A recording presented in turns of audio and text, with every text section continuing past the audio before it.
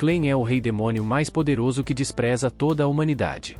Mas, como o destino quis, em sua conquista para exterminar a raça humana, um simples bebê derrete seu coração, e ele acaba adotando a criança como se fosse sua.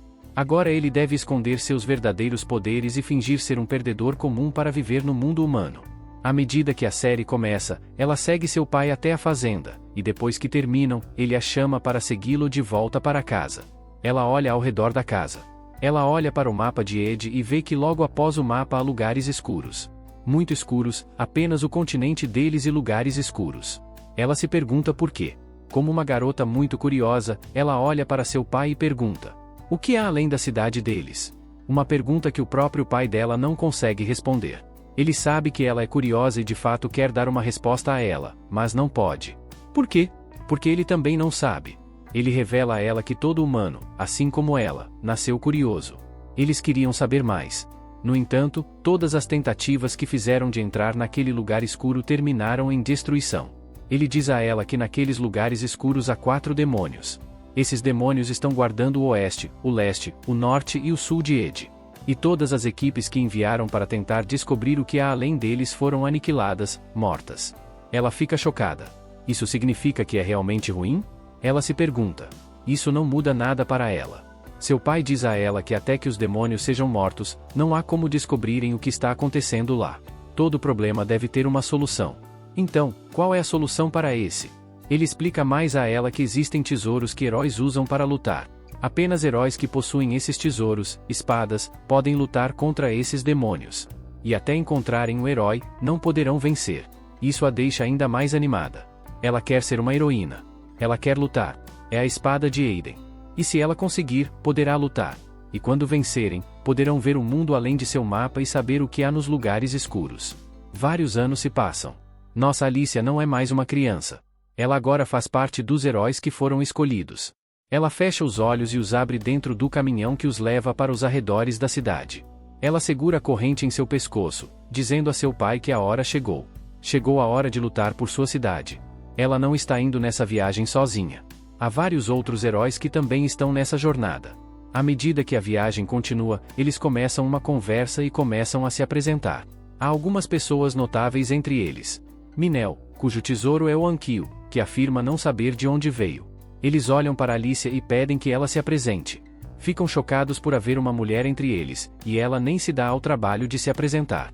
Eles se aproximam dos arredores e outro membro, Stefan, cujo tesouro é Tema, os alerta de que estão perto.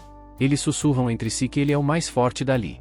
De repente, o transporte para e o motorista diz que a carruagem não pode ir mais perto daquele lugar. Todos se preparam para descer, mas nem mesmo pousaram quando os demônios começam a atacá-los. De fato, alguns deles morrem ainda na carruagem. Stefan grita para todos saírem e lutarem. Eles saem em grupo e ele divide o esquadrão em equipes. Os arqueiros e lanceiros entram em ação, e ele diz aos outros que vai se juntar com Alicia para lutar contra os que restarem. E sim, Alicia tem o tesouro de Ivatubame. Ela se junta a Stefan e eles lutam juntos. Ela é forte, carismática, mas o mais notável sobre ela é que é muito consciente de seu ambiente. No monte à frente deles está um dos senhores dos demônios. Ele fala sobre o mundo do caos. Ele admite que o mundo nasceu do caos, mas se isso for verdade, então ele também nasceu do caos. Ele pode estar certo. À medida que a guerra continua, todos os heróis pulam pelas montanhas e colinas até chegarem ao topo da montanha. Stefan, por sua vez, está animado. Ele foi declarado o mais inteligente, e é justo que honre esse título. Ele diz a eles que aquele dia é o dia em que serão declarados como pessoas fortes e que devem mostrar às pessoas que os escolheram que são fortes o suficiente. Ao chegarem ao Monte da Lua, o Senhor dos Demônios aparece. Ele parece incrível, se essa for a palavra certa para isso. Sua pele branca e fofa, seu olhar, é aterrorizante. Ele é Clevites da luz da Lua do Sul. Stefan é empurrado para trás. Ele admite que o que está à sua frente é aterrorizante. No entanto, eles foram comissionados para isso. Eles têm apoio. Eles são heróis e juntos farão a lenda se tornar realidade. Enquanto ele se força a lutar, é atacado por Clevites à distância. Clevites o empurra contra a parede e o mata. Todos ficam chocados porque Clevites nem sequer se aproximou deles. Um herói toma a iniciativa de liderar e encoraja os outros a lutar, mas Alicia leva seu tempo para considerar o ambiente. À medida que os heróis se aproximam de Clevites, ele mata todos sem nem sair do lugar onde está. Alicia eventualmente percebe o que aconteceu.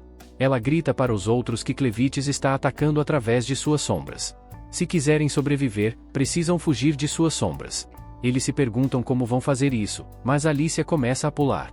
Ela salta pela montanha e corre. De fato, a sombra se aproxima dela, e ela é a primeira heroína que vê o ataque antes que atinja e o enfrenta. Os olhos de Clevites brilham em choque. Talvez isso seja mais difícil do que os aventureiros que ele enfrentou antes. Ele não se importa, mas isso desperta seu interesse. Esta é a humanidade, a raça humana. Ele não tem convivido com a raça humana há cerca de 1000 anos. Mas, pelo que sabia antes sobre eles, eram feitos para ser fracos, tão fracos quanto insetos. Mas o que ele está vendo agora é que eles têm força. Eles têm uma missão. Eles estão determinados. Ele não sabe o que eles têm que os torna tão fortes e determinados. Mas, para saber o que os está impulsionando, ele precisa descobrir. Todos os heróis lutam contra ele e ele os mata todos. Infelizmente, a última pessoa que ele mata é Alicia. Ela voa para o céu e fecha os olhos para a morte. Ela pede desculpas ao pai e diz que não conseguiu tornar seu sonho realidade. Bem, nem todo sonho se torna realidade. E, infelizmente, o dela é um dos que não se realizarão. Na capital Idart, a cidade capital do reino de Aen, as pessoas da cidade seguem suas vidas normalmente sem saber que há algo vindo contra elas. Infelizmente, Clevites vem até elas. Ele rompe da montanha em frente à cidade e todos ficam assustados. Mas Clevites está apenas intrigado. Ele não se importa com eles. Ele só quer saber o que estão tramando.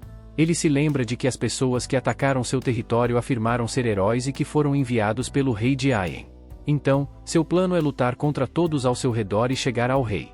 Os aldeões estão assustados. Todos começam a fugir enquanto os cavaleiros entram em ação.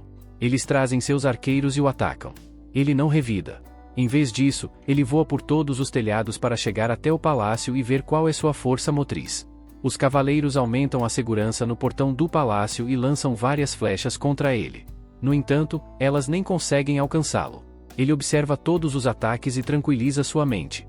Eles não são tão fortes quanto ele pensava. Ainda são fracos e seus ataques não podem fazer nada contra ele. Ele lança uma de suas mãos contra o muro e, de forma semelhante ao muro de Jericó, o muro desaba. Os cavaleiros percebem que está além de seu controle. Então, um deles corre para informar o rei que um demônio os atacou. O rei não parece surpreso. Para um demônio atacá-los, isso significa apenas uma coisa: os heróis falharam. Ele se levanta de seu assento e caminha. Ele tem apenas uma coisa a proteger, que é a lâmina de Aiden, Mana Idlart. Outro cavaleiro vem para dizer que há um demônio na cidade e que ele é imparável. Então, o rei precisa se esconder. De fato, se o demônio é imparável, então não há razão para ele correr, porque não importa o quão longe fuja, o demônio sempre o alcançará. Os cavaleiros continuam fazendo o que fazem e lançando fogo e flechas contra Clevites. Ele sabe que nada do que fazem vai afetá-lo, mas é forte. Ele se lembra da espada que Alicia usou para atacá-lo e de como isso o afetou um pouco. Isso significa que, se os humanos forem deixados em paz, podem ficar mais fortes e atacá-lo. Ele não se aproxima do território humano, mas eles querem o território dele, o que já é motivo suficiente para ele atacá-los. O rei se aproxima da porta para proteger a lâmina. Mas, ao abri-la, Cleves sai. Julgando pelos acessórios e tudo ao redor, Cleves não precisa de mais informações para se convencer de que ele é o rei. Ele afirma que o homem é o rei e fala na língua humana, o que deixa o rei chocado. Ele diz que um demônio não deveria falar a língua humana e pergunta como Clevites consegue falar na língua deles. O rei reconhece quem é Clevitas, mas Clevitus lhe diz que ele é o único que tem a capacidade de salvar a humanidade. Ele só tem algumas perguntas para fazer. E as respostas que o rei der a essas perguntas vão determinar se toda a humanidade será destruída ou salva. Por toda a humanidade, ele não quer dizer apenas o povo de Aden, mas também o povo de Dawn, Org, Surata e Bent. Sua pergunta é bastante simples. Quem são eles? Qual é o caráter deles? Qual é a força que os motiva? E por que estão atacando o reino dos demônios? O rei não vê motivo para prestar contas a um demônio. Ele diz que não vai responder essas perguntas, e Clevites nem pergunta uma segunda vez antes de cortar sua cabeça. Cleeses vai embora dali. Assumindo que os humanos são uma ameaça para ele, então ele deve destruí-los. Ele diz que, para destruir toda a humanidade, precisa de uma equipe para trabalhar com ele, e que deve levar seu tempo para formar uma. Enquanto ele se afasta, um bebê com uma mãe morrendo chora alto. A mãe o segura com sua última força, e Clevites ouve seu choro e se aproxima dele. Ao ver que é um bebê humano, ele mal se importa. No entanto, a mãe fala com ele. Ela implora para que ele, por favor, salve a criança. Isso o deixa chocado. Ela não consegue ver para quem está implorando. Ela está implorando a verdadeira origem do problema deles. Ele a lembra de que está ali para destruir a humanidade. E se ela quiser alguém para culpar pela morte da criança, ela deveria culpar a criança por ter nascido humana. A mulher moribunda fala em sua defesa. Ela insiste que uma criança não tem oportunidade de escolher o que quer ser ao nascer. Ele não se importa. No entanto, diz a ela que, se quer que ele salve a criança, deve provar por que ele deveria fazê-lo. Ela o lembra de que está morrendo. Ela não pode provar que ele vale a pena. No entanto, ela tem certeza de que a criança provará seu valor quando for adulto. Antes de continuar, tem 3 links para vocês na descrição. O primeiro é um vídeo que te mostra como você cria um canal no YouTube e viver dele. O segundo é onde você vai encontrar os melhores produtos de animes nos melhores preços, e o terceiro um canal de games meu. Quem quiser dar uma força lá, que puder ajudar o canal com qualquer valor, o Pix está na descrição e também tem o botão valeu demais. Bora continuar. Com isso, ela dá seu último suspiro. Ele pega a criança. Ele não está convencido, mas já que ela afirma que a criança provará seu valor, não levará tanto tempo assim para observar um humano crescer. Então, ele vai observar e ver no que a criança se tornará. Enquanto isso, neste reino massivo, existem 5 raças humanas neste mundo formado por Doom, que são os mais numerosos. Os Orgites, que são muito corajosos e têm chifres na cabeça. Em seguida, os Ladens, que são basicamente introvertidos e não gostam de conversar com as outras raças. Depois, os Bent, que se parecem muito com bandidos demoníacos, mas são realmente poderosos. Finalmente, os Aidenans, que se parecem muito com humanos e são os menores de todas as raças. Como era de se esperar, eles também são a raça mais sábia, com a capacidade de fabricar armas a partir de Aranocite. No entanto, apenas a família real possui a técnica secreta para fazer isso. Como sua sabedoria é tudo o que tem a oferecer, eles têm vendido essas armas para a raça Doom. Essas transações levaram as 2 raças a embarcar juntas em algumas aventuras de desenvolvimento de enredo, dando origem a mestiços. Mesmo com isso, há pouquíssimos hienas puros. Fora do enorme reino que essas raças habitam, existem bestas escuras de aparência selvagem com 9 caudas, como Kurama em Naruto. Enquanto isso, em algum lugar nas profundezas das montanhas Luna, a enorme besta de 9 caudas, Clevites, repele algumas bestas menores que estavam prestes a devorar o bebê. Assustada, a criança começa a chorar, e Cleutes fica preocupado que o bebê logo chegue à sua data de validade. Ele se enrola em volta dele e se pergunta o que poderia fazer para silenciar aquela boca barulhenta. Por um momento, ele coloca a ponta de uma de suas garras na cabeça do bebê, e ele adormece.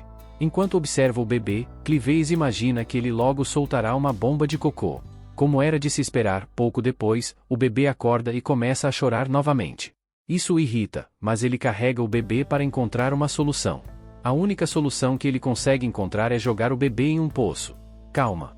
Não é o tipo de poço que você está pensando. É apenas um cheio de insetos. Bem, não do tipo prejudicial, mas daqueles que se alimentam de cocô. Enquanto os insetos aproveitam seu jantar, Cleates revela sua crença tola de que os humanos crescem em algumas noites. Ele se lembra de onde encontrou a criança e está completamente sem pistas sobre quem é o bebê. Ele culpa seu bom coração por ter voltado para pegá-lo, mas chega de arrependimentos. O que ele faria com a criança? Felizmente, seu orgulho como senhor das bestas negras faz com que ele não considere devolver a criança e esteja determinado a criá-la.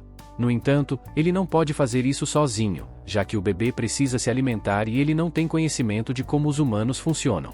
Olhando para os corpos sem vida que ele havia acabado de adquirir, ele escolhe uma mulher chamada Alisia para trazer de volta à vida. Aparentemente, seu pai havia sido morto por bestas negras, e em uma paixão equivocada por vingança, ela liderou um exército para atacar o Senhor das Bestas Negras. Isso só terminou em lágrimas. No entanto, felizmente, ela tem uma segunda chance na vida. Ao ressuscitar, Clevites, ela tenta atacá-lo, mas percebe que sua espada e todos os corpos de seus companheiros foram jogados fora. Ele afirma com orgulho que a havia revivido com seus poderes das trevas, o que a torna nada mais do que uma morta-viva ambulante. Ela parece uma zumbi bonita. Depois de receber essa informação, ela fica perplexa. Com a boca aberta, ela se pergunta como ele consegue falar a língua humana tão fluentemente, mas fica um pouco satisfeita por ser a única sobrevivente. Não exatamente. Nesse momento, Clevites ordena que ela revele suas laranjas. Ao ouvir isso, ela se acha demais e fica horrorizada com os avanços do Senhor das Bestas Negras. No entanto, antes que seus pensamentos travessos pudessem ir mais longe, ele a informa sobre o bebê faminto e ordena que ela tire sua armadura e traga suas laranjas imediatamente. Como ele havia infundido um pouco de magia negra nela, ela não teve escolha a não ser revelar as laranjas. Lentamente, ela relutantemente levanta sua blusa e eventualmente faz o que lhe foi ordenado. Depois de fazer isso relutantemente, ele fica chocado ao descobrir que ela não tem leite. Isso é algo muito esperado da vilã sem experiência em treinos. Só para que ele saiba, ela educa Clevitte sobre a necessidade de uma mulher ter dado à luz antes de poder ter leite. A vergonha de mostrar suas laranjas a faz se sentir muito envergonhada e ela implora para que ele a mate, mas ele ignora seus pedidos. Enquanto os dois discutem, o bebê começa a chorar novamente. Em vez de encontrar uma solução, os dois se envolvem em conversas inúteis sobre como ele encontrou o bebê humano. Cansado dessas conversas pequenas, Clevitte insiste que ela encontre uma solução para a fome da criança. Mesmo sem ter ideia de como criar uma criança, ela é forçada a revelar que ele precisaria de uma mulher com leite para alimentar a criança. Agora, surge a pergunta: como conseguiriam uma? Em resposta, Alicia revela que eles teriam que contratar uma, mas precisariam de dinheiro para isso. Estando totalmente quebrado, Clevitte não tem nenhum dinheiro, mas com a abundância de minério de arca na caverna, eles poderiam ganhar muito dinheiro. Elon Musk precisaria tomar algumas notas. Enquanto ele pensa, Alicia considera atacá-lo, mas como ela não estava com sua espada, não teve escolha a não ser permanecer parada. Após um breve momento de contemplação, Clevitte concorda que eles consigam alguém com leite para alimentar o bebê. Ele está prestes a sair quando ela o informa que é impossível ir até a cidade em sua forma atual. Olhando o quão grande ele acabaria assustando todos com quem cruzassem. A princípio, ela se oferece para levar o bebê até a cidade e encontrar uma mãe para ele. No entanto, Clevitte não considera essa opção, já que não quer que o bebê saia de sua vista. Em vez disso, ele se transforma em um garoto humano. Por mais convincente que seu disfarce pareça, suas 9 caudas ainda continuavam balançando atrás dele. Com um pequeno chifre na cabeça, ele acaba retraindo as caudas para uma abertura sombria sob ele.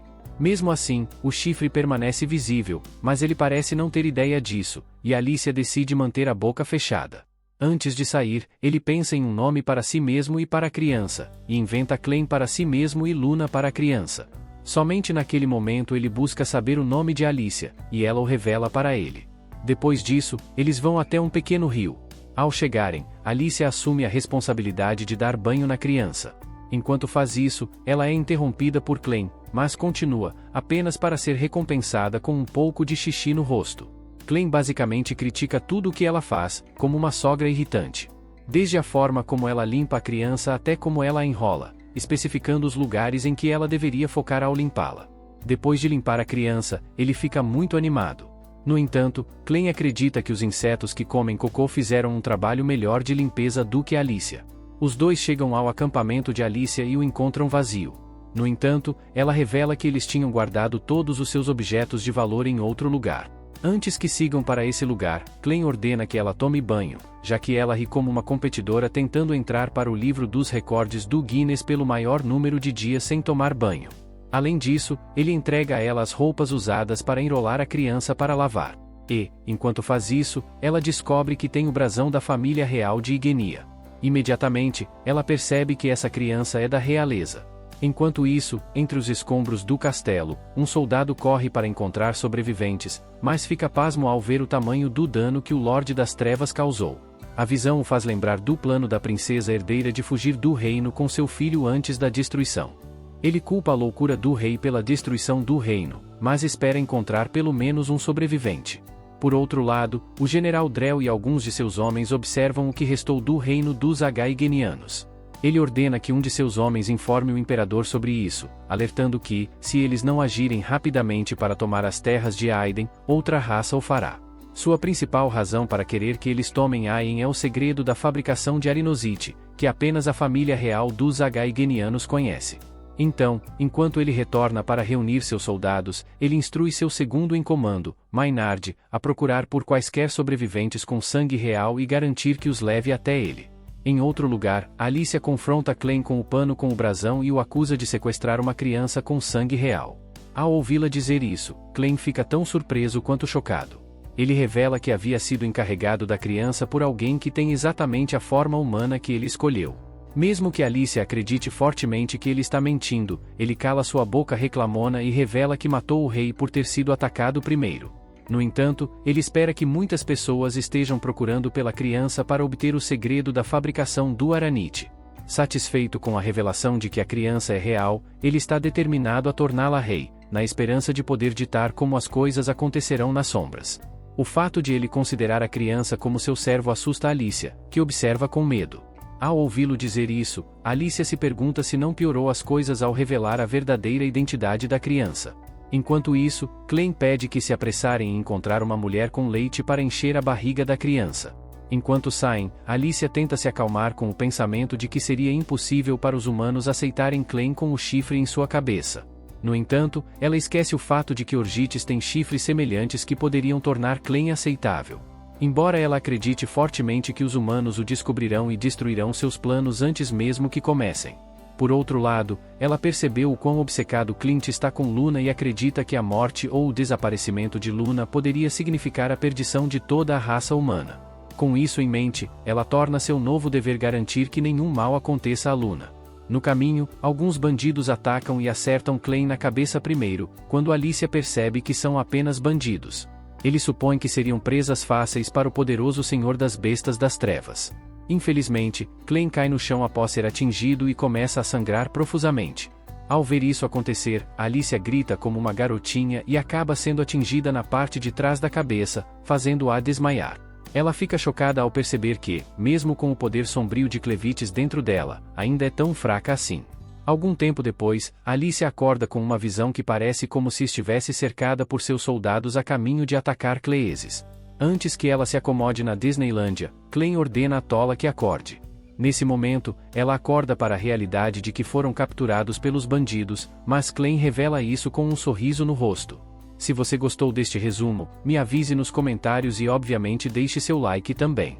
Não se esqueça de compartilhar com seus amigos e se inscrever. Acima de tudo, ative o sininho de notificação para não perder o próximo resumo quando ele sair. Até a próxima, se cuide e fique. Eles estão na carroça dos bandidos, onde muitos outros cativos estão sentados ao lado de Clem. Clem está segurando o bebê Luna com um sorriso calmo, o que preocupa ainda mais Alicia, pois ela não sabe o que está acontecendo. Ela nota Luna dormindo e pergunta a Clem como ele conseguiu acalmá-lo. Clem explica que Luna estava chorando momentos atrás, mas agora está tudo bem, já que o trajeto é tranquilo.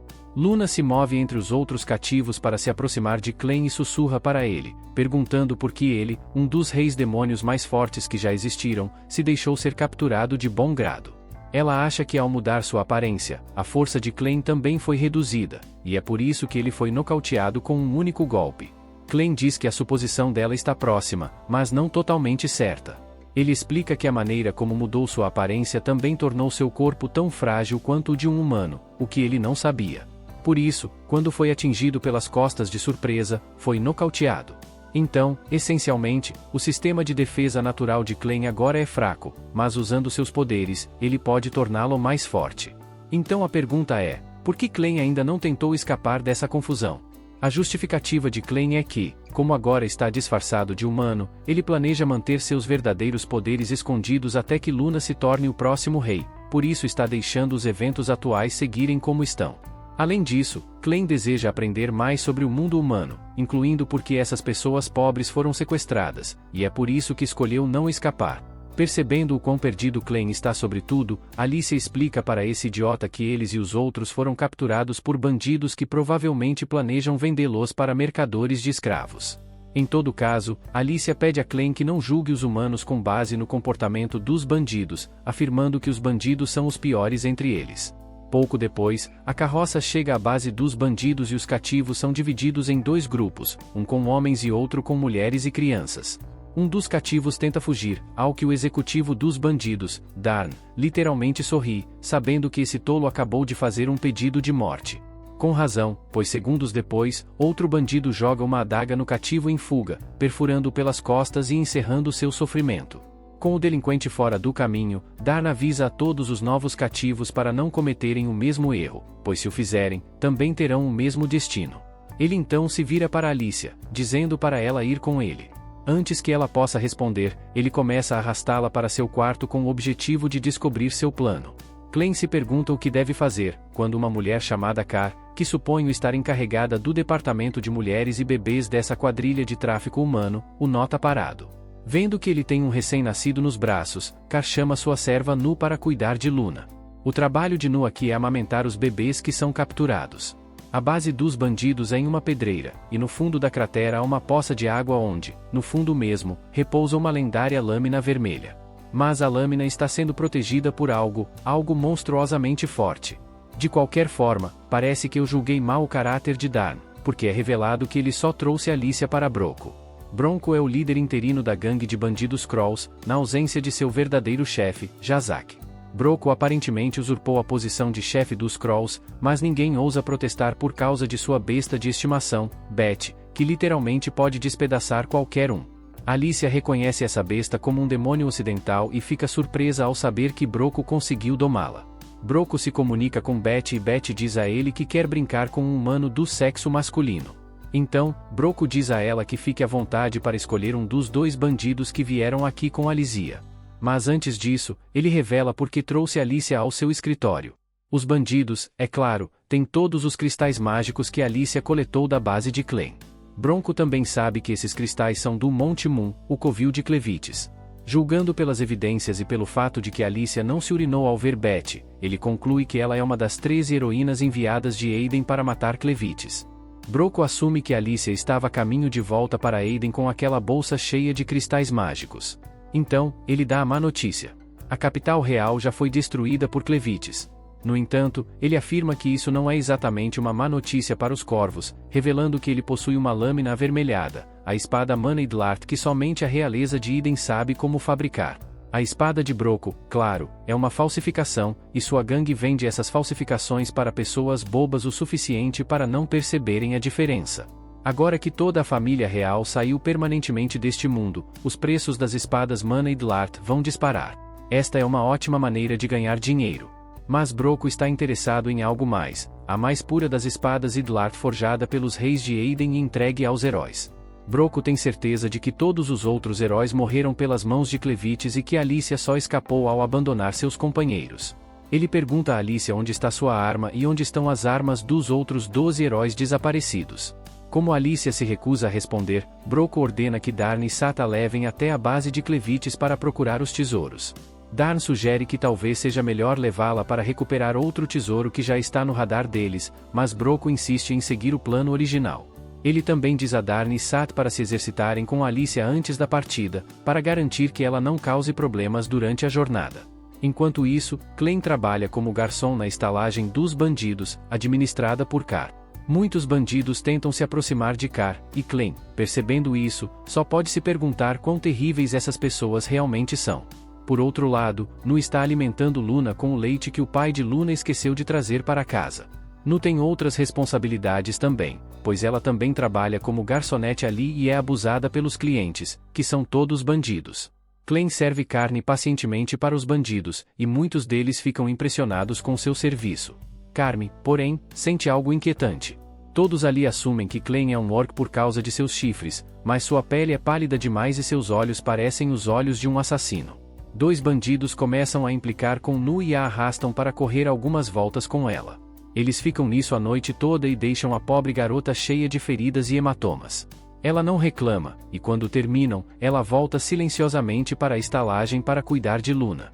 Os dois bandidos que torturaram Nu de repente começam a se sentir fracos e tontos e são literalmente apagados deste mundo quando Clem revela que estava por trás disso, fazendo justiça pela pobre Nu. Nu caminha até lá para alimentar Luna e o encontra nas mãos de Clem. Ela não sabe o que ele fez com os dois homens que a molestaram e está apenas interessada em alimentar a criança novamente. Ela carrega Luna e o leva para um barracão para alimentá-lo. Clem se senta com ela e pede para que ela conte sobre si mesma. Ele se pergunta se ela também faz parte dos corvos e o que eles fazem. Ela tenta fazer uma pausa para explicar, mas ele pede que continue e apenas fale. Ele está apenas curioso sobre ela e não é nada demais. Ela revela que sempre cresceu naquele lugar. Sua única identidade é que é membro dos corvos. Ela nunca teve um pai em sua vida e tudo o que tinha era uma mãe. No entanto, quando criança, nunca viu o rosto da mãe, apenas suas costas. Mas ela sabia que a mãe era escrava porque ela se escondia e observava para ver como os homens molestavam a mãe e tinham intimidade com ela. Porém, quando tinha 12 anos, a mãe desapareceu. Ela não sabia se a mãe morreu ou fugiu. Tudo o que sabia era que naquela noite, ela estava comendo sua refeição quando alguns homens vieram até ela e a agrediram. Nos anos seguintes, sua vida foi miserável. Ela percebeu que era a mãe quem a protegia. Eles a batiam todos os dias e ela eventualmente teve que viver como gado até conhecer Ciscar. Carme disse que ela poderia satisfazer os homens e que, se os satisfizesse, eles se esqueceriam de maltratá-la e ficariam satisfeitos consigo mesmos.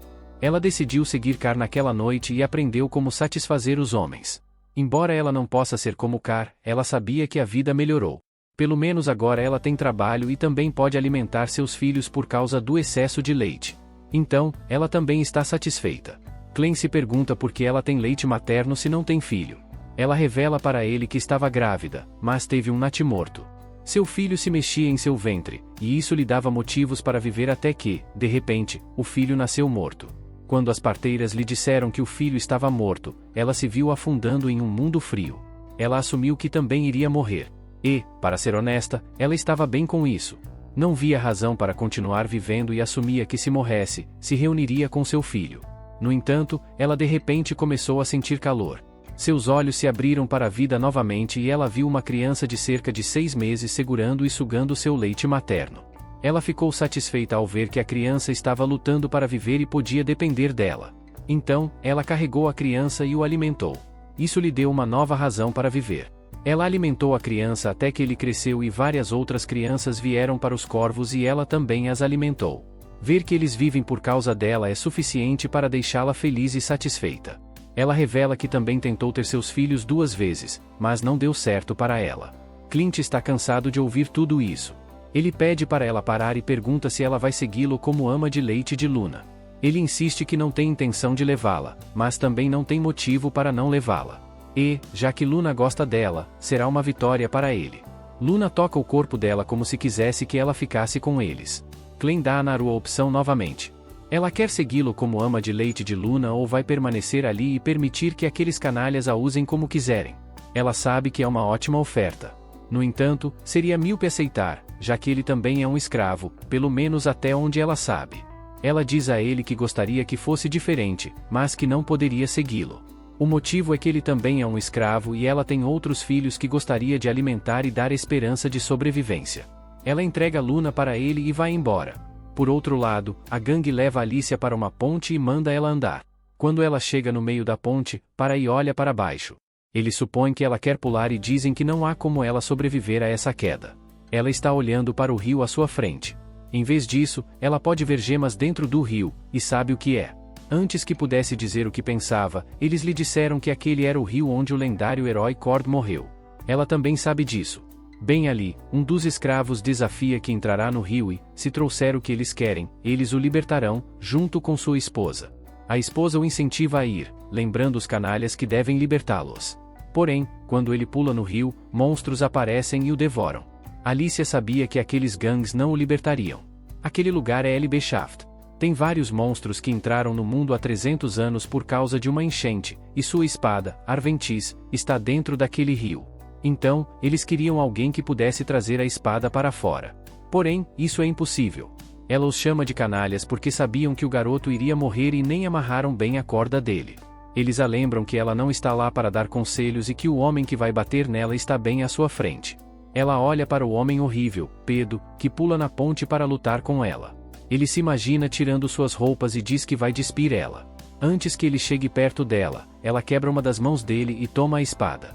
Então, ela corta a corda da ponte e pula da ponte. Ela fala consigo mesma sobre como está confiando nas palavras de Clem que não vai morrer enquanto cai da ponte. Será que ela vai sobreviver?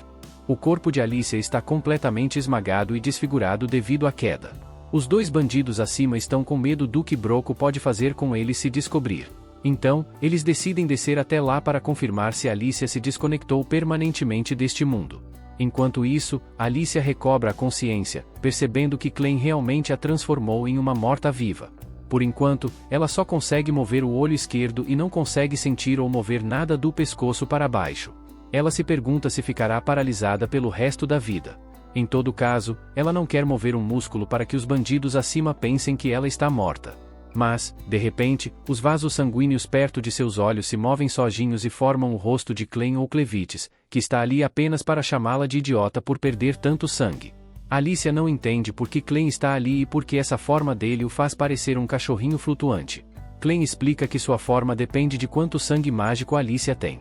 Como Alicia é útil para Clem, é por isso que ele vai usar seus poderes para forçar o sangue mágico dentro dela e garante que, enquanto ela tiver esse sangue dentro de si, ela se recuperará completamente, exceto pelas partes que se desprenderam totalmente do corpo.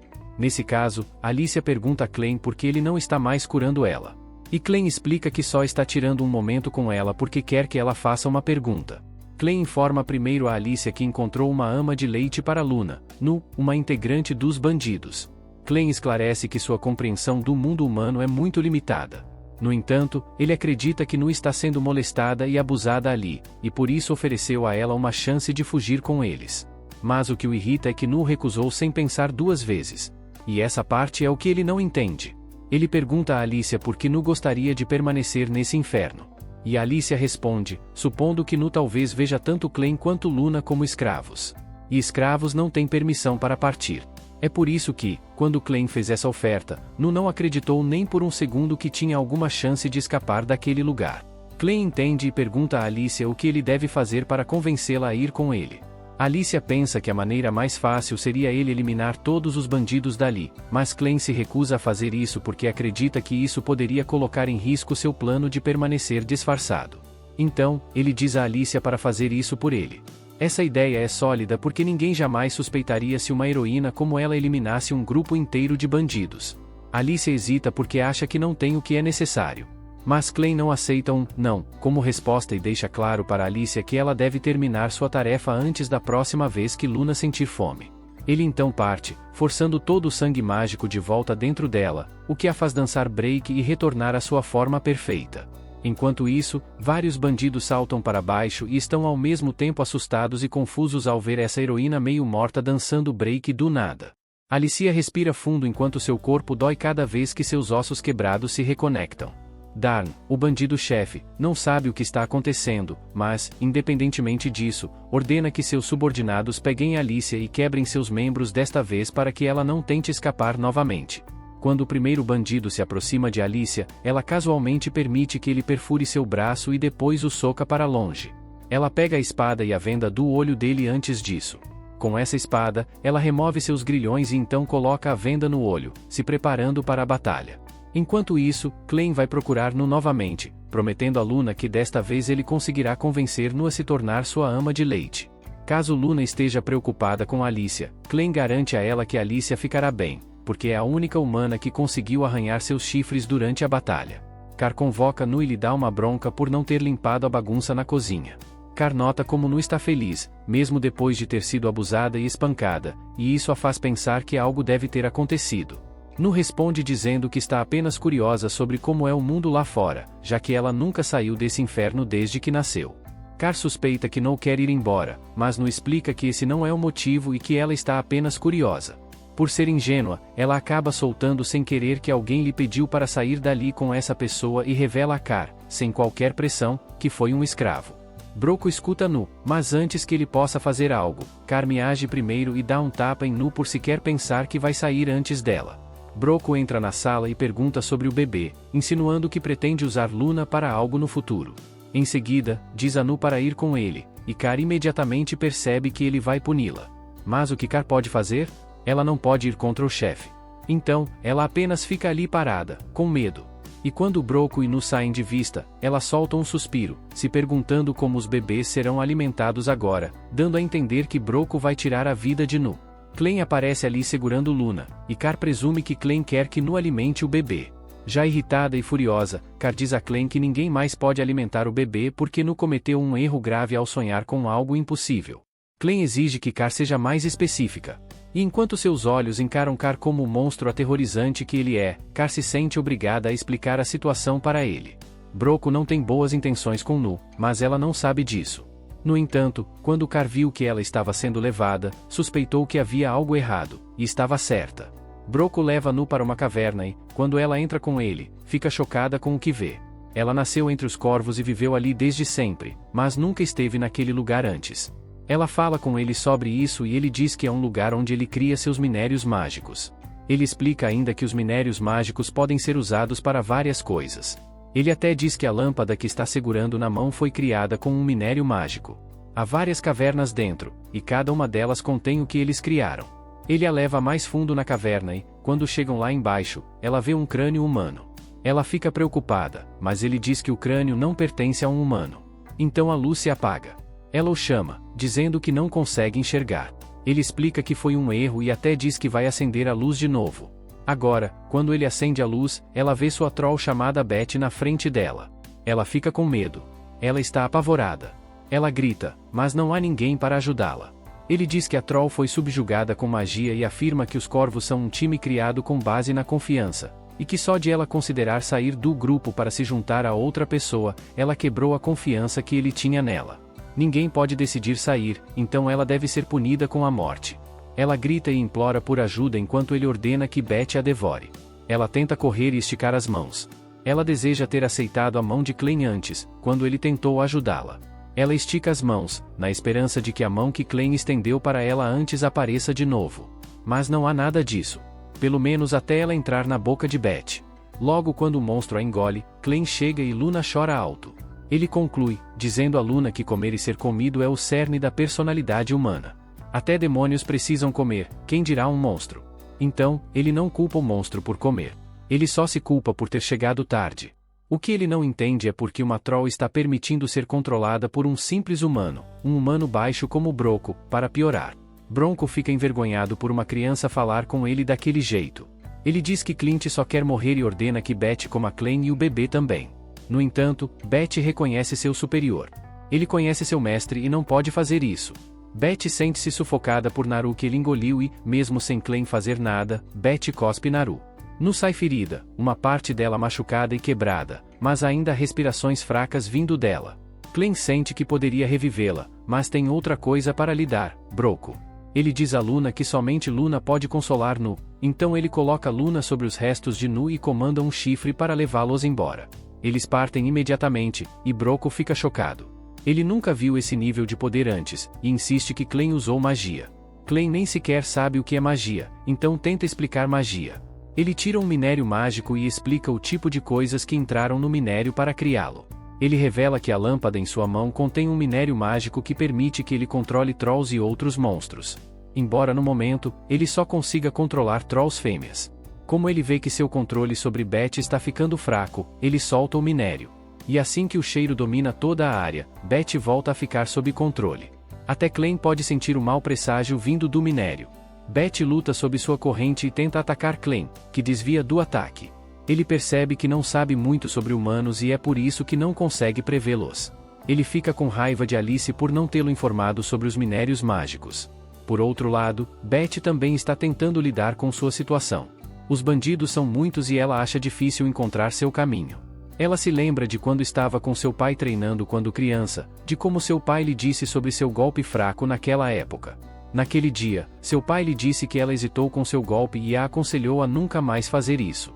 Ele a ensinou que para melhorar seu golpe, ela deve garantir que não hesite, porque quando ela hesita, mostrará ao oponente que há medo nela. E com esse medo, ela perderá a compostura e perderá. No momento, é óbvio que ela está sobrecarregada. Ela tem muitas pessoas para lutar, e seu núcleo de mana está ficando mais fraco porque ela está ganhando força do sangue clave. Isso até a faz enfraquecer mais rápido. Ela também precisa de uma arma melhor, porque se não tiver, será derrotada. Então, ela começa a correr para o rio.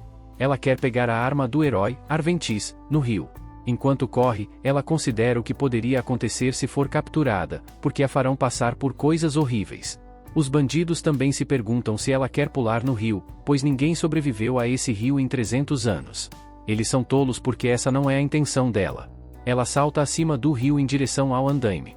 Eles percebem que ela não está pulando no rio, então pulam para segui-la. No entanto, quando ela chega ao topo, corta o andaime e a maioria deles cai na água, onde são consumidos pelos monstros do rio. Em meio à confusão deles, descobrem que ela está desaparecida. Sem que eles saibam, ela está debaixo do rio. A vantagem que ela tem em comparação com os heróis antigos é que ela não pode sufocar. Ela garantiu que respirou o suficiente antes de pular no rio. Então, ela planeja prender a respiração para que os monstros não a percebam e ela afundará até o fundo do rio, onde pegará a arma. Será que ela conseguirá fazer isso com sucesso ou morrerá? No dia seguinte, Cleo decide confiscar a espada mágica de Alicia, dizendo a ela que chama muita atenção. Sua sombra engole a espada e Alicia fica devastada com isso, mas ele diz que a devolverá quando for necessário. Então ela deveria estar grata por ele não estar simplesmente jogando fora. Nesse momento, Neo aparece dizendo a Cleo que ele usa alguns feitiços muito estranhos. Ele pergunta se ela já arrumou tudo o que precisam para a viagem, e ela mostra alegremente que conseguiu tudo e até algumas roupas novas para Luna. Alicia fica surpresa com isso e pergunta a Neo se a bagagem não está pesada demais para ela.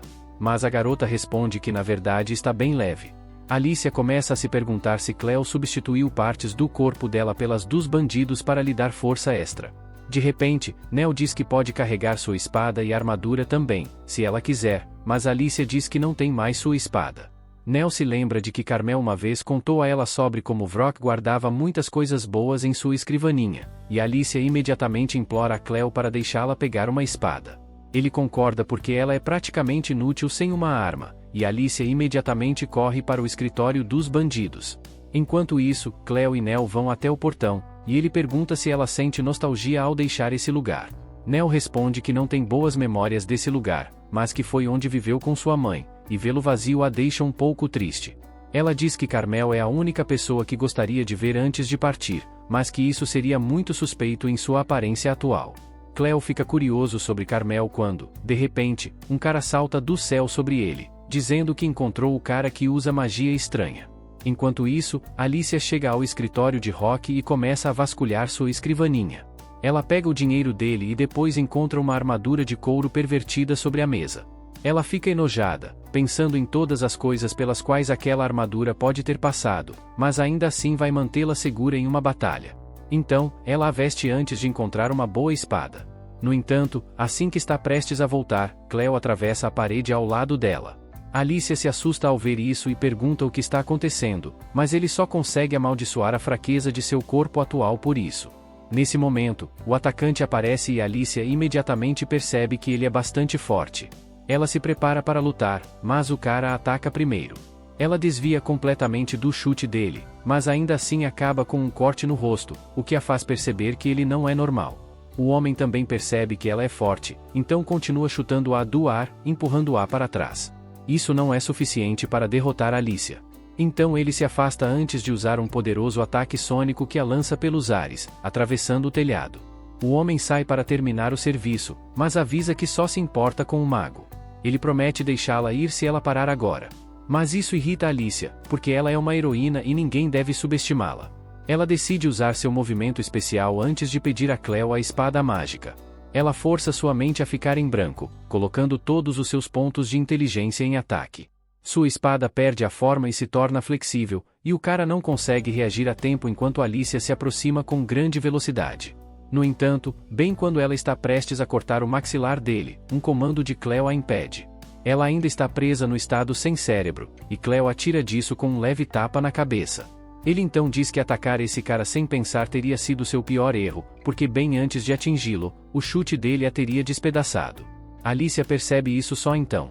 E então Cleo diz que eles não são inimigos e que esse homem os atacou por causa de um mal-entendido. O cara também se acalma um pouco e diz a Cleo para esclarecer o mal-entendido rapidamente se quiser continuar vivo. Ele ainda não confia neles de jeito nenhum e comenta que Neo cheira como um troll da montanha, e ela diz que deve ser porque foi engolida por um. O atacante então explica que recebeu notícias sobre um mago que estava controlando um troll da montanha com magia. Então ele veio aqui para lidar com ele. No entanto, ele encontrou o troll da montanha morto, com partes do corpo faltando, e assumiu que Cleo era o mago que o matou porque não conseguiu controlá-lo. Cleo agora entende o que está acontecendo e envia Neo e Luna para um lugar seguro antes de qualquer outra coisa. Alicia pergunta se deveria ir protegê-las, mas Cleo quer que ela fique porque o homem à frente deles é na verdade, uma besta sombria disfarçada. Ela fica chocada ao ouvir isso e Cleo diz que a magia de ilusão lançada sobre ele é tão forte que nem mesmo ele consegue ver sua verdadeira forma. E o único que pode fazer isso é o Lorde Demônio do Oeste, Afier. Alicia surta com isso e então Cleo diz que ele e Zafier não se dão muito bem. O homem pergunta como ele sabe de tudo isso e Cleo finge ser um servo do Lorde Demônio Clevitus porque não quer que os outros saibam sobre sua verdadeira identidade. O homem acredita nele e diz que, apesar de seus mestres não serem amigos, eles têm o mesmo objetivo. Ele então se transforma em um enorme pássaro demoníaco e se apresenta como Gart, um servo do Lorde Demônio do Oeste. Ele ouviu dizer que Clevitus recentemente destruiu um reino humano e até mesmo Zafir está planejando lançar um ataque massivo contra eles. Ele pede a KFTF que mostre prova de que é uma besta sombria e ele exibe um de seus tentáculos. Gart fica satisfeito com isso e volta à sua forma humana dizendo que não há razão para lutarem agora. No entanto, Alicia está tendo um ataque de pânico interno porque agora Cleo não é a única besta sombria que pode se transformar em humano e falar como eles. E ela teme que a humanidade esteja condenada se houver mais deles. Cleo diz para ela parar de pensar demais porque apenas algumas bestas sombrias de alto nível conseguem falar como humanos e elas não se envolvem com humanos sem um bom motivo. Gart diz que isso é correto e é por isso que ele quer saber por que Cleo está com uma heroína, que é inimiga natural dos demônios. Cleo diz a ele que Alicia pode ser uma heroína, mas agora ela é sua serva e não pode desobedecer suas ordens. Ele afirma que sua missão é aprender sobre as espécies humanoides e que Alicia, assim como Luna e Nel, são ferramentas que permitirão que ele faça isso. Ele se recusa a contar mais detalhes do que isso. E Gart fica satisfeito, mas deixa claro que, se alguém atrapalhar, ele irá matá-los, mesmo que sejam servos de Cleo. Cleo diz a ele que ele vai falhar e então pergunta por que ele está ali e por que Zafir está tentando atacar os humanos, já que ele tem a melhor reputação com eles. Ele gosta de observar os humanos e é até adorado como um deus pelos ogros que vivem lá. Então ele não deveria ter nenhum motivo para se tornar hostil. Gart diz a ele que, 3 dias atrás, ele estava patrulhando as florestas do oeste quando viu algumas bestas sombrias procurando por seus filhotes desaparecidos. Ele avistou um frasco de poção que apenas humanos poderiam ter deixado lá. E imediatamente o levou até Zafier, dizendo a ela que recentemente muitos filhotes de bestas sombrias desapareceram e provavelmente foram os humanos que os levaram. Zafier ficou com raiva disso e decidiu enviar Gart para investigar pessoalmente a situação, porque, se os humanos fossem realmente responsáveis pelos sequestros, teriam que ser destruídos. Cleo fica surpreso que Zafier descobriu isso antes dele e ele diz a Gart que o problema pode ser ainda mais sério do que isso. Ele diz que recentemente conversou com uma mulher humana, e por conversou, ele quer dizer que aterrorizou Carmel até que ela lhe desse todas as respostas que queria. Ela contou a ele que as mulheres aqui não deveriam dar à luz e que, se algum dia isso acontecesse, homens assustadores de mantos pretos apareciam para comprá-las. Falando sobre talento e essas coisas. Acontece que os filhos de Nel não nasceram mortos e Carmel os matou para que não fossem vendidos e sofressem um destino pior. Ela confessou isso quando Clee perguntou a ela e disse que precisava proteger Nel de ver o trauma de seu filho sendo levado embora. No entanto, Cleo simplesmente lembrou a ela que Nel cresceu aqui, o que significava que sua mãe a escondeu e protegeu o tempo todo, e que Carmel e os outros nunca sequer tentaram desde o início. Enquanto termina a história, Cleo diz a Gart que o sequestro de feras sombrias e os negócios obscuros aqui devem estar conectados, e ele suspeita fortemente que a magia seja o elo entre eles. Alicia faz uma expressão de nojo ao ouvir isso e KV pergunta o que ela está pensando. Ela diz que, embora não saiba muito sobre magia, conhece magos que usam magia como ferramenta de combate. Atualmente, a força dos magos determina o resultado das guerras e a primeira pessoa a levá-los para o campo de batalha foi o general Drell do exército de Bolat, que também é o bastardo que matou o pai dela. Cleo fica desapontado por Alicia ter vindo matá-lo em vez do cara que matou o pai dela. E ela diz a ele que esse foi o último desejo de seu pai. Ao mesmo tempo, Drell está liderando um exército enorme e uma fera sombria gigante para capturar Aen, que está sem rei. E os que estão em seu caminho são os soldados da outra nação humana. No entanto, eles estão em grande desvantagem porque não têm soldados ou magos suficientes. E o capitão deles, Rod, sabe que não podem sequer deter Drell até que suas forças principais cheguem. Ele sabe que Drell está atrás da Forja Real Ibniana, que é o único lugar no mundo onde espadas mágicas podem ser feitas e também é o item mágico mais antigo do mundo. Ele teme que, se Drell e o reino de Bolat colocarem as mãos nisso, sua tecnologia mágica se tornará ainda mais aterrorizante do que já é. E ele espera que o reino de Ezin possa cooperar com Aiden para detê-los.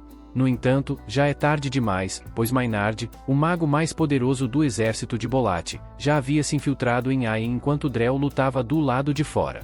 Ele já matou todos os guardas dentro do portão e o abriu para deixar Drell e seu exército entrarem. Ele diz a ele que confirmou a notícia da morte do rei e que a princesa herdeira está segura, mas fora do alcance deles. No entanto, o problema é que o príncipe de 6 meses está desaparecido desde que a cidade capital foi destruída e essa criança é a única com linhagem eidiana pura garantida. Maynard diz a Drell que seus corvos lhe disseram que o príncipe foi levado por um garoto de cabelo preto e que recentemente encontraram um par semelhante na direção norte. Drell fica impressionado com sua coleta de informações e então ordena que ele encontre o príncipe e o traga para ele até o momento em que ele conquistar a capital de Eaen. Antes de continuar, tem 3 links para vocês na descrição. O primeiro é um vídeo que te mostra como você cria um canal no YouTube e viver dele. O segundo é onde você vai encontrar os melhores produtos de animes nos melhores preços e o terceiro e um canal de games meu. Quem quiser dar uma força lá, que puder ajudar o canal com qualquer valor, o Pix está na descrição e também tem o botão valeu demais. Bora continuar. Enquanto isso, Cleo e seu grupo também estão lentamente indo para Eiden. No caminho, Nell lhe serve café e diz que é uma bebida de luxo que Rock costumava beber às vezes. Cleo acha toda a ideia de transformar alguns grãos aleatórios em uma bebida algo difícil de acreditar. Mas ele prossegue para dar um gole mesmo assim, queimando instantaneamente sua língua. Enquanto amaldiçoa seu corpo frágil novamente, Luna começa a esticar as mãos em direção à caneca de café, e Cleo a coloca fora de seu alcance. Nesse momento, Nell pergunta a ele o que aconteceu com o cara assustador que os atacou, e Cleo responde que ele voou para relatar o que descobriu sobre magia e magos. Ele então toma outro gole de café e desta vez consegue apreciar seu sabor único. Logo depois, Alicia retorna da cidade próxima, dizendo a ele que falou com os mercadores, e como esperava, Aen está em um estado terrível agora.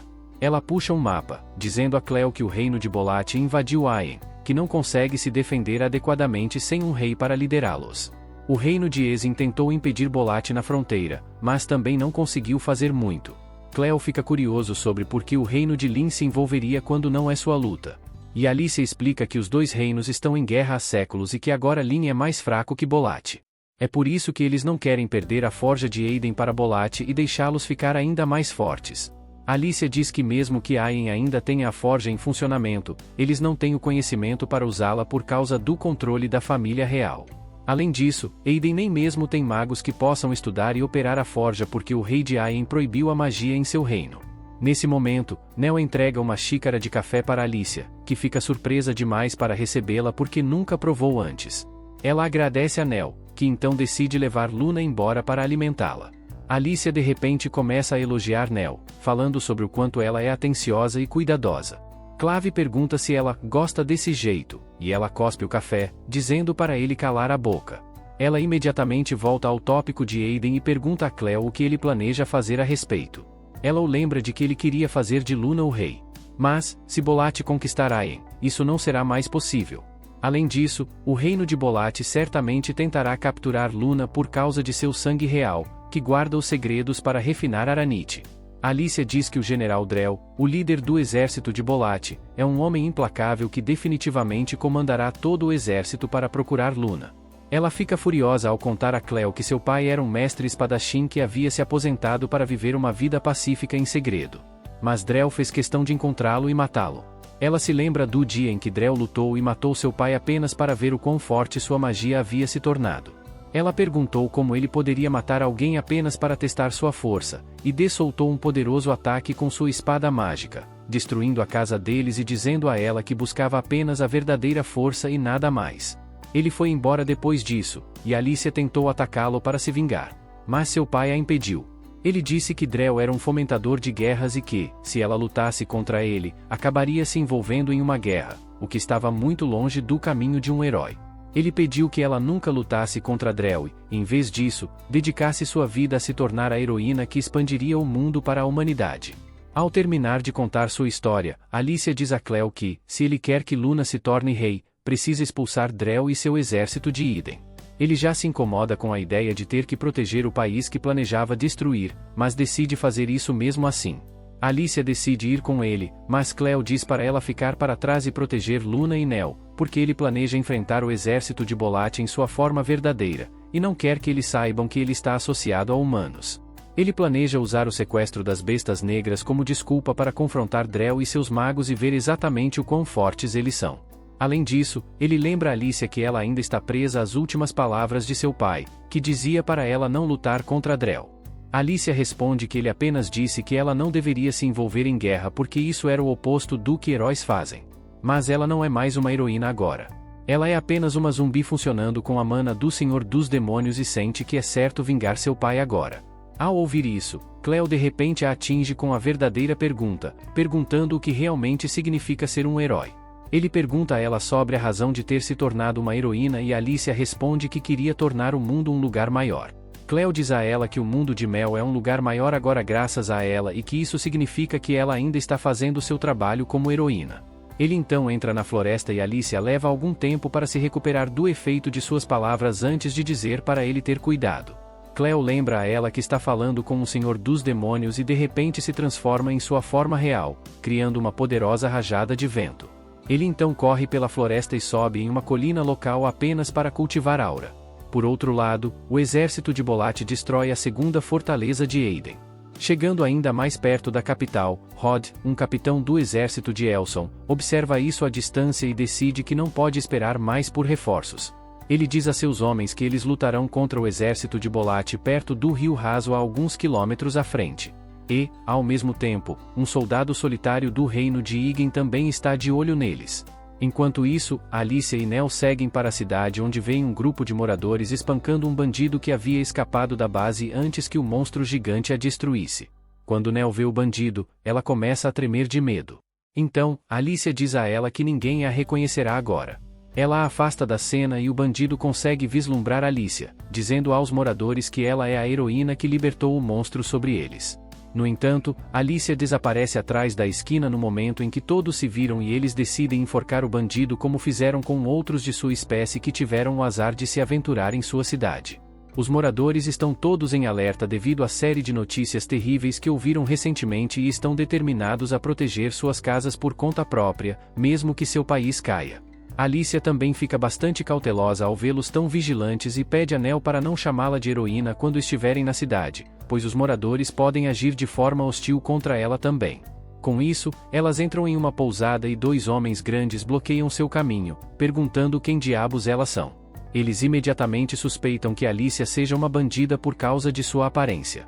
Mas, nesse momento, a mãe deles aparece e diz para eles pararem de fazer tanto barulho porque vão acordar o bebê.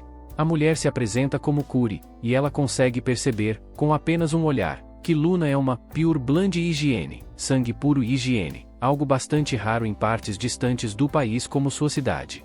Ela também não confia totalmente em Alicia e pede que revele o que está fazendo com um bebê de sangue puro ali, ameaçando que, se não gostar da resposta, soltará seus filhos contra ela.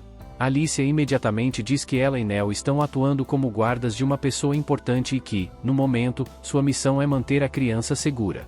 A mulher fica convencida com sua resposta e decide deixá-las entrar porque sente que qualquer um com uma criança de sangue puro deve ser parente de um nobre e ter uma boa quantia de dinheiro.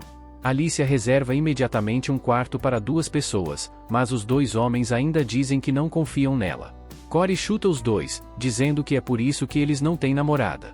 Ela manda que ajudem as garotas a carregar a bagagem, e eles imediatamente se tornam bajuladores, ansiosos para tirar o peso de Nell. No entanto, são necessários os dois para, de alguma forma, carregar a bagagem até o quarto, e eles se perguntam o que exatamente há dentro dela. Carrie também vem ao quarto para perguntar a Alicia se ela está satisfeita e então fala sobre como o rei certa vez deu camas de ferro para a cidade deles porque alguns carpinteiros daqui fizeram cadeiras para o palácio. Ela fica nostálgica ao pensar sobre aqueles dias, porque agora o rei está morto e uma guerra está sobre eles. Depois que ela sai, Alicia e Nell decidem relaxar, sem saber que um inseto controlado por Maynard, o mago mais forte do exército de Bolad, as havia avistado. Maynard fica feliz por já ter encontrado seu alvo e envia um exército de insetos para capturar Luna. Enquanto isso, Nell chama Alicia para ver que Luna acabou de nascer seu primeiro dente. Enquanto as duas estão se derretendo com o quão adorável ele parece, Carrie aparece para dizer a elas que o jantar está pronto. Alicia decide levar para o quarto. E assim que ela desce, encontra uma grande multidão ali falando sobre a situação atual de seu reino. Eles culpam os heróis por falharem em matar o Rei Demônio, o que resultou na destruição de sua capital, e agora nações inimigas estão tentando capturá-los. Alicia ouve silenciosamente toda aquela difamação e aceita que essa é a opinião pública sobre os heróis. Ela decide ignorar e voltar para o quarto quando sente uma besta sombria se aproximando de sua localização. De repente, uma pequena bola vermelha atravessa a janela da pousada, e um dos filhos de Kot decide ver o que é. Alicia grita para ele não tocar, mas é tarde demais, porque assim que ele toca levemente na bola, ela incha e se torna uma centopeia gigante. Os homens ficam todos chocados ao ver isso e então Maynard chega, dizendo que esta não é uma centopeia comum, mas uma centopeia que vive na terra das bestas sombrias e rivaliza com elas em força. Ele diz a todos para não se moverem se valorizam suas vidas. Porque, sendo um inseto, a centopeia os atacará se vê-los se movendo de forma suspeita. Alicia tenta alcançar sua espada, mas percebe que a deixou no andar de cima. E, nesse meio tempo, um cara decide pular pela janela porque tem pavor de insetos. Infelizmente, o céu sobre a cidade está cheio de ainda mais insetos monstruosos, e ele rapidamente se torna comida deles. Maynard diz a todos na pousada que ele cercou toda a cidade para que nenhum único deles possa escapar, mas que, se cooperarem, ele não os machucará. Ele então se apresenta como o mago de mais alta patente do exército de Bolat, causando pânico em todos. Ele declara que está ali para confirmar se o bebê hino de sangue puro tem sangue real correndo em suas veias. E Alicia se pergunta o que fazer agora. De repente, ela ouve Nell gritar enquanto é atacada por outro mago que trabalha para Maynard, que aprende na parede usando poderes magnéticos para roubar Luna.